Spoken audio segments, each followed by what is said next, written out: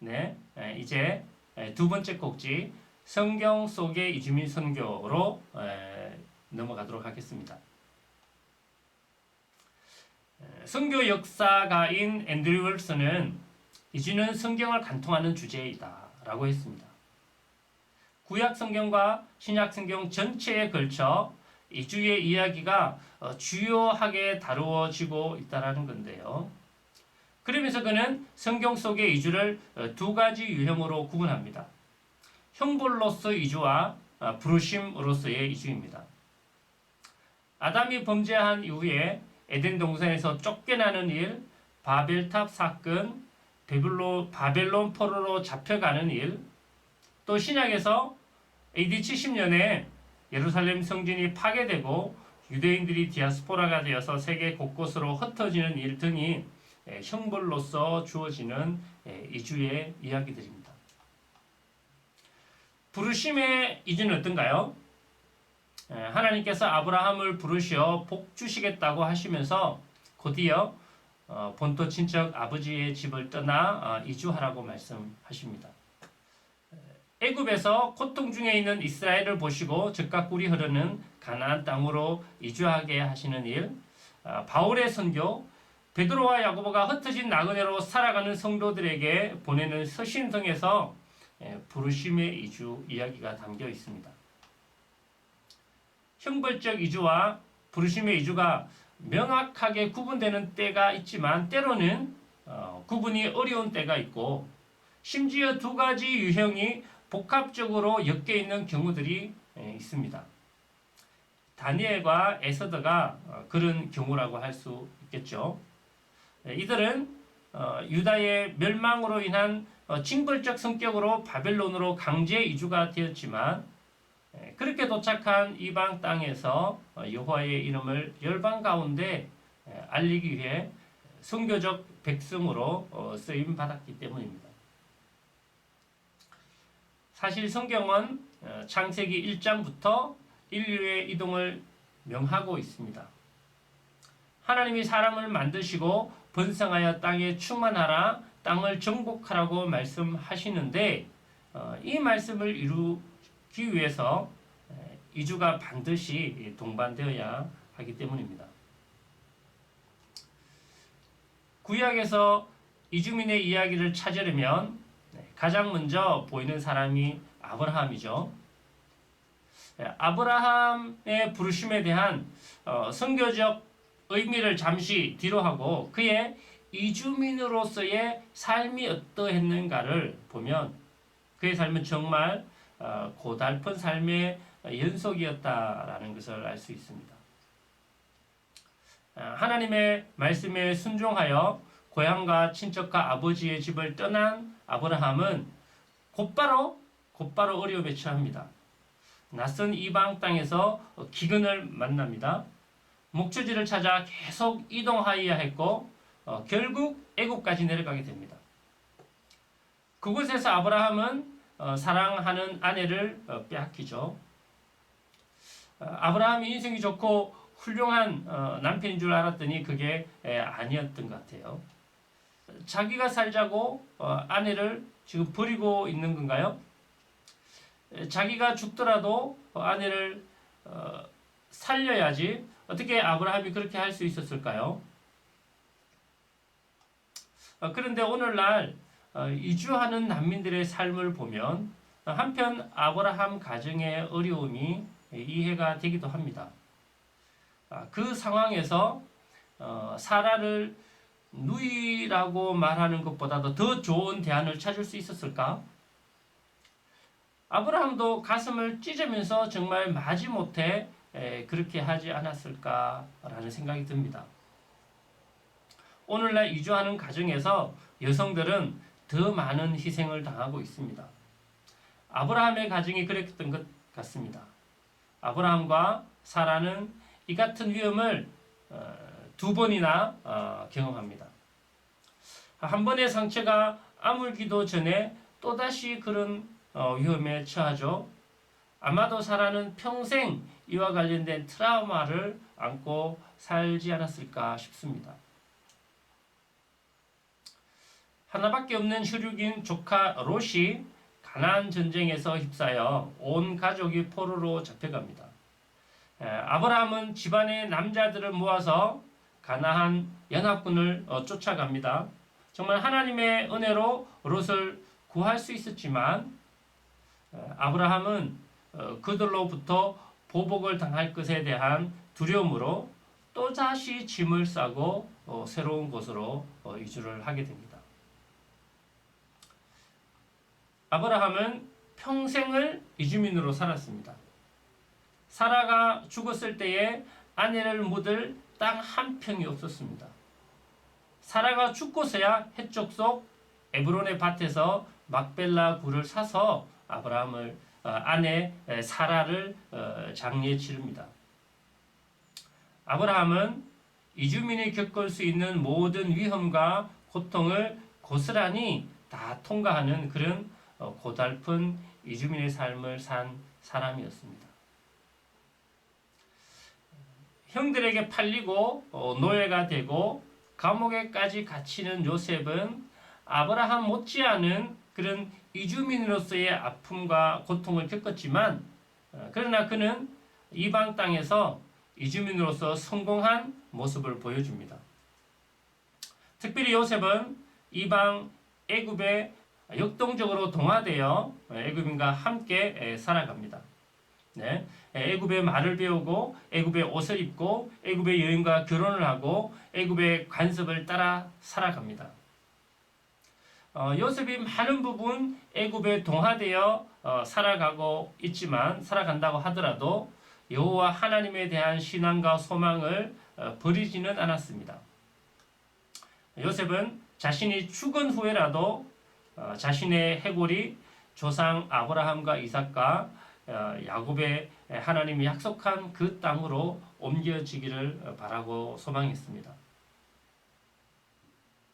요셉은 하나님의 백성이 이 땅에서 나그네로 살아가는 그런 한 모습을 또한 우리 가운데 보여줍니다. 구약 속의 이주민 이야기는 계속해서 이어집니다. 흉년을 피해 이주와 재정착을 반복하는 나오미와 롯의 이야기가 있고 바벨론 포로로서 이방 땅 그발 강가에서 자신의 백성을 위한 예언자로 활동하는 에스겔의 이야기가 있고 자민족 유다의 멸망과 바벨론에 항복하고 바벨론에 정착하라는 메시지를 선포해야만 했던 선지자 예레미야의 이야기가 있습니다.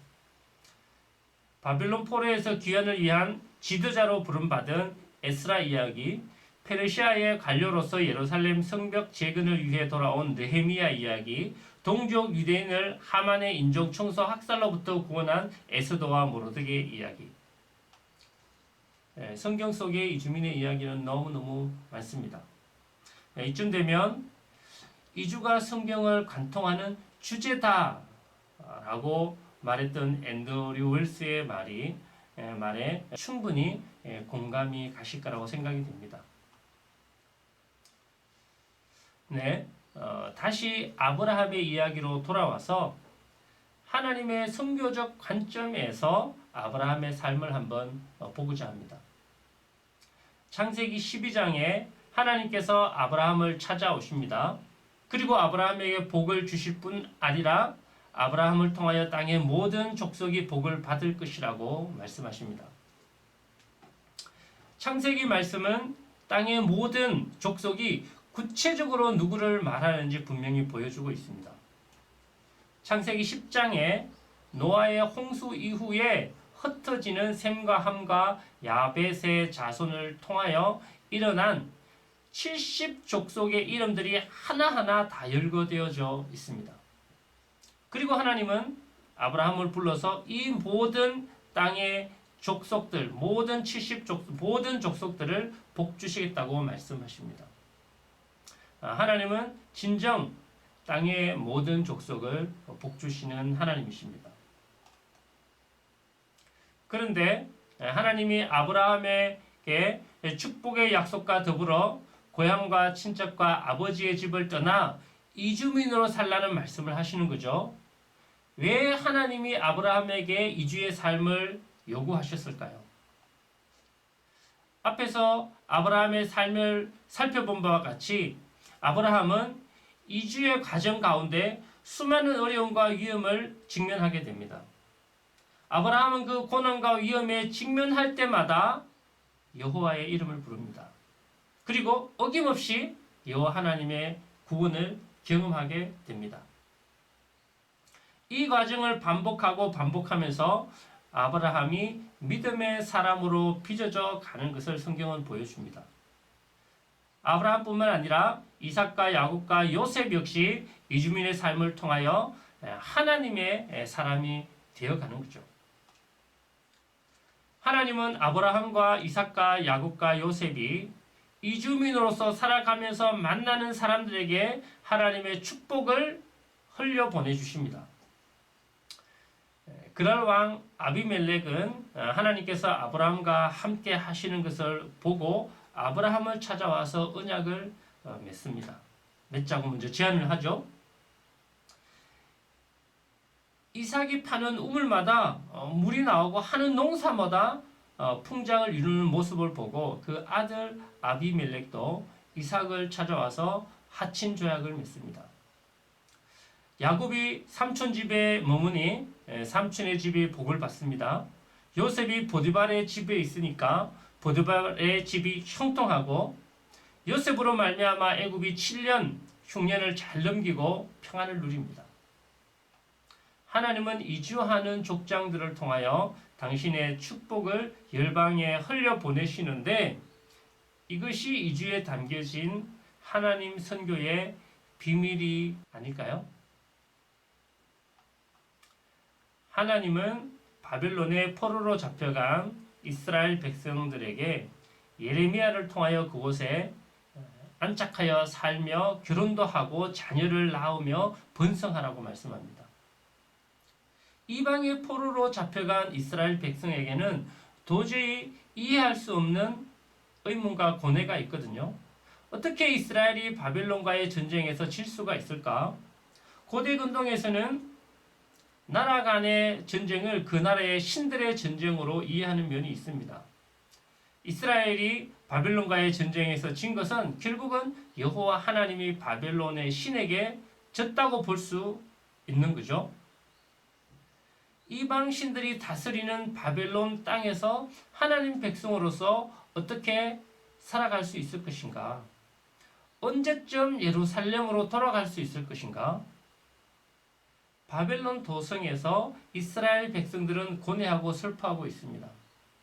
그런 이스라엘 백성들에게 예레미야는 그 땅에 정착하고 결혼하고 아이 낳고 행복하게 살라는 하나님의 말씀을 전합니다. 왜인가요?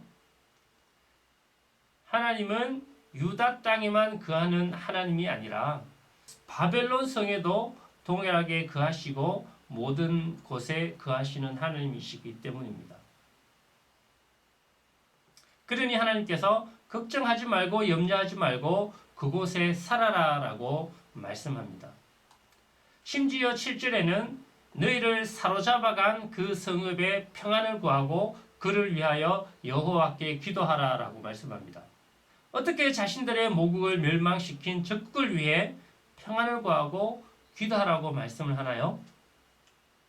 하나님은 바벨론의 평화는 그들의 군사력에 의해 이루어지는 것이 아니고 정치력에 의해 이루어지는 것이 아니라는 것을 말씀하고 계신 겁니다. 적국 바벨론이라 할지라도 그들의 흥망성쇠는 여호와 하나님께 있음을 기억하라는 말씀입니다. 바벨론의 평화는 하나님께서 주시는 것이니 그러니 너희가 바벨론의 평화를 위해서 기도하라라고 하나님이 말씀하십니다. 비록 그들이 포로로 잡혀간 신사라 할지라도 여호와 하나님으로 인하여 이제 난민에서 거주자로 살고 설파하는 자에서 선교사로 살고 추방자에서 선지자로 살라고 하나님은 말씀하고 계십니다.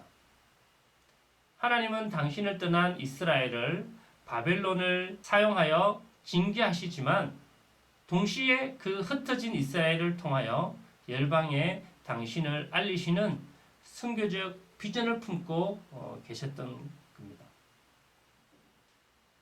바울이 쓴 대부분의 서신들은 바울이 방문하여 복음을 전하고 교회를 세웠던 곳에 전하는 서신서죠. 그런데 그렇지 않은 성경이 있습니다.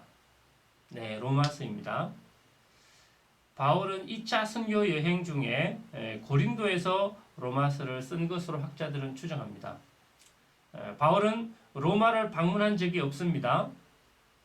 예수님의 제자들 가운데 바울만큼 많이 이동하며 복음을 전한 제자는 없겠죠.